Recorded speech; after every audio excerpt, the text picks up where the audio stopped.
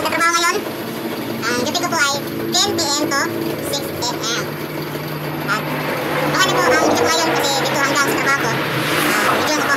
Para sa inyo po. Puntahan niyo po yung sa YouTube ko, yung channel ko, at sa page ko po sa Facebook. Salamat po sa mga nasuporta. Salamat po. At huwag kalimutan, sumaybayan yung video ko. Salamat!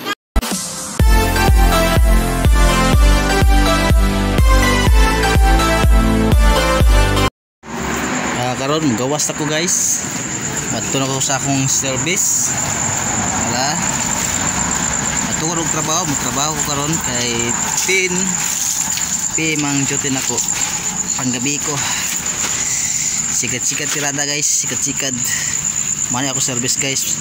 Kasi nasunod guys, may mo next sakyanan guys. Sikat-sikat sa karon guys kayo wala pa. Okay raman po exercise.